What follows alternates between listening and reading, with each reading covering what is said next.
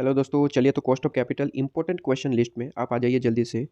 यहाँ पे क्वेश्चन पे आ जाएंगे, ये वाले क्वेश्चन पे। ठीक है, तो जल्दी से प्रिंट निकाल ली है आपने। ठीक है, प्रिंट निकाल ली होगी और इस प्रिंट पे जो है ये वाले क्वेश्चन पे आप आ जाएंगे।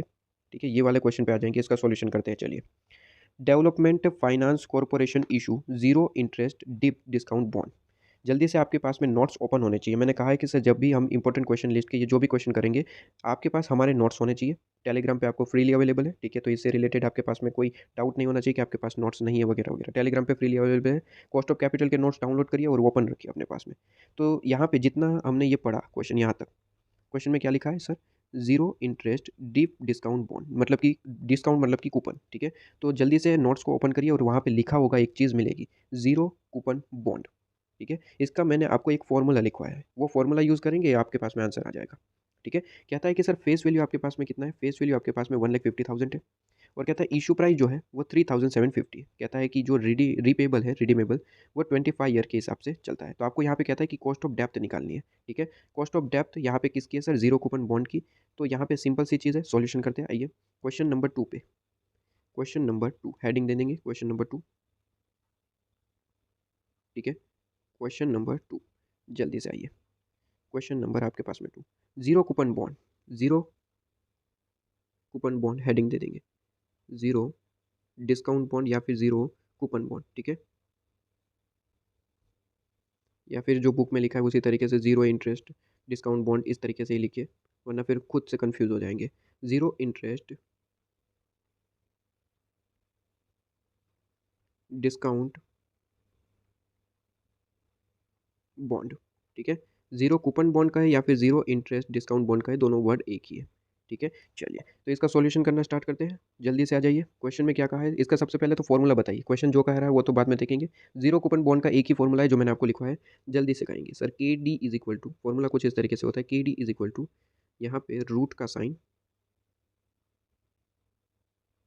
ठीक है, अच्छे से बनाएंगे। हाँ, फॉर्मूला कुछ इस तरीके से होता है, यहाँ पे एन, फेस वैल्यू यहाँ पे लिखी जाती है, face value divide by, face value divide by हम क्या करते हैं सर? Issue price. ठीक है, face value divide by issue price, कई बार मार्केट प्राइस के नाम से देता है, इशू प्राइस या फिर मार्केट प्राइस ले सकते हैं आप। ठीक है, अब जल्दी से वैल्यू पुट करेंगे और आंसर खत्म। अब एग्जाम में डायरेक्टली वैल्यू पुट नहीं करेंगे, साइड में या फिर नीचे कहीं पे भी face value is equal to क्या है, ये सब कुछ लिख के आएंगे। ये प्रॉपर वे प्रेजेंटेशन होना ज़रूरी है। ठीक है, इशू प्राइस क्या है,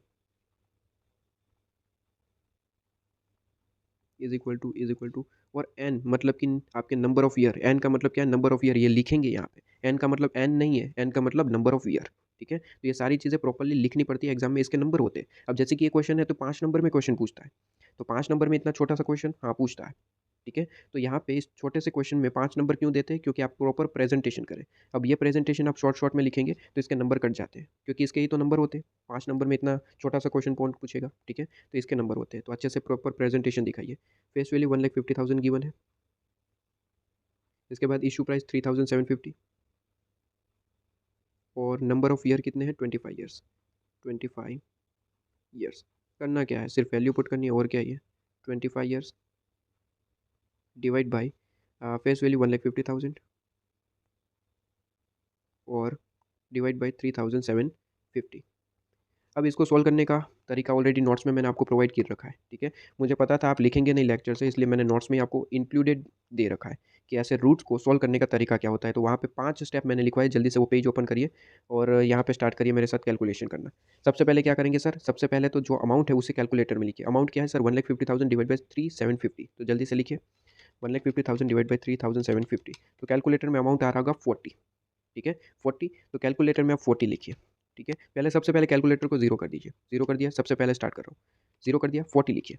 1,50,000 डिवाइड बाई 3,750 मतलब कि 40 है, तो कैलकुलेटर में 40 लिखा हुआ है। ठीक है, अब क्या करना है? अब स्टेप बाय स्टेप चलना है। 12 बार आपको रूट का साइन प्रेस करना है। कई बार स्टूडेंट 10 बार प्रेस करते हैं, तो 10 बार या फिर 12 बार दोनों चलता है। मैं ऑलवेज एक ही ट्रिक यूज़ करता हूँ और 12 बार ही प्रेस करता हूँ। ठीक है, और इवन मैंने नोट्स में भी 12 बार लिख रखा है।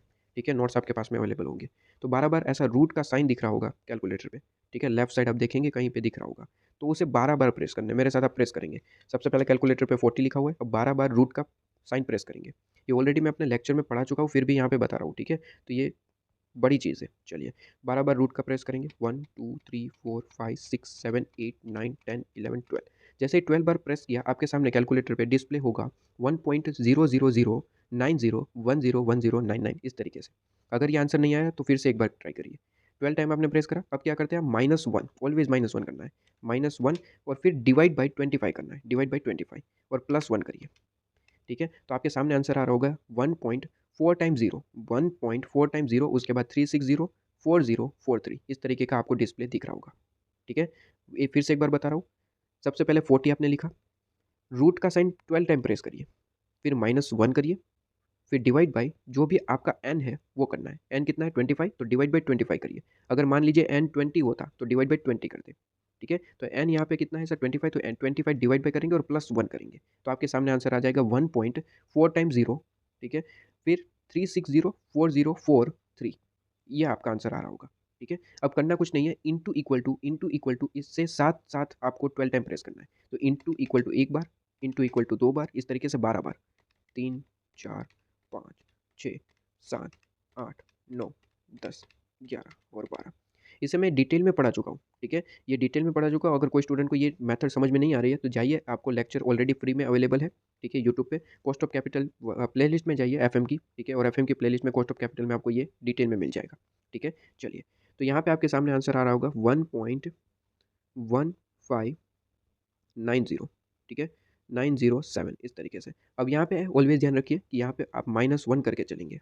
ठीक है, -1 -1 ताकि आपका आंसर परसेंटेज में आ जाएगा। तो -1 करिए तो आपका आंसर आएगा 0.15, राउंड फिगर कर दे यहाँ पे 91। ठीक है, या फिर हम परसेंटेज में लिखना चाहें तो क्या आंसर आएगा 15.91%। ठीक है, ये आपका आंसर और सॉल्यूशन खत्म।